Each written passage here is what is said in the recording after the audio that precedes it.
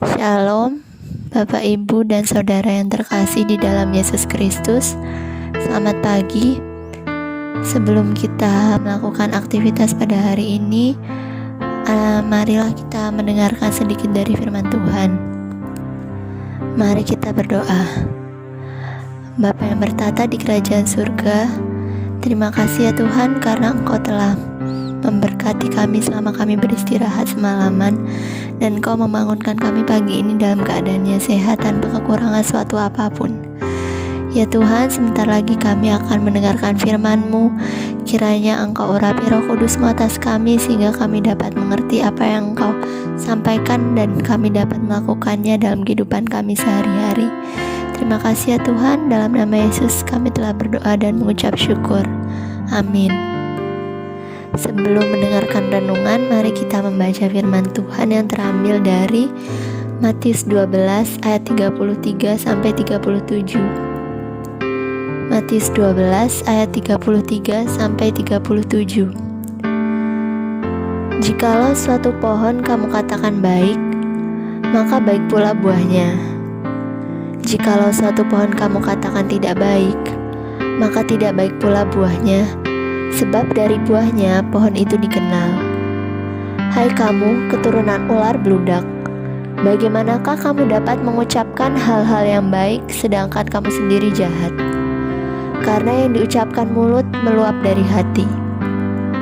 Orang yang baik mengeluarkan hal-hal yang baik dari perbendaharaannya yang baik, dan orang yang jahat mengeluarkan hal-hal yang jahat dari perbendaharaannya yang jahat.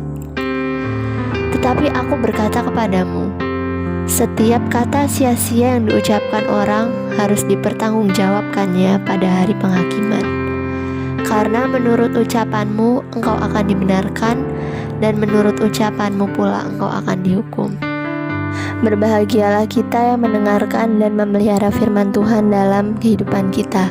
Haleluya, amin. Renungan pada pagi hari ini diberi judul Pohon yang baik menghasilkan buah yang baik. Di dalam ilmu pertanian, untuk menghasilkan buah yang baik, salah satu cara yang bisa dilakukan adalah okulasi dengan pohon yang baik. Perubahan itu harus dimulai dari pohonnya, dari dalam menuju keluar. Mustahil jika merubah dulu buahnya menjadi baik, maka pohonnya akan ikut baik.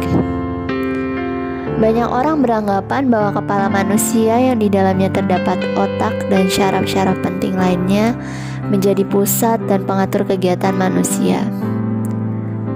Dari bacaan di atas, ternyata Alkitab mengatakan bahwa pusat kehidupan manusia adalah hati. Hatilah yang mempengaruhi otak manusia, yang kemudian mempengaruhi bagian yang lain. Hati mempengaruhi seluruh perasaan dan perilaku seseorang.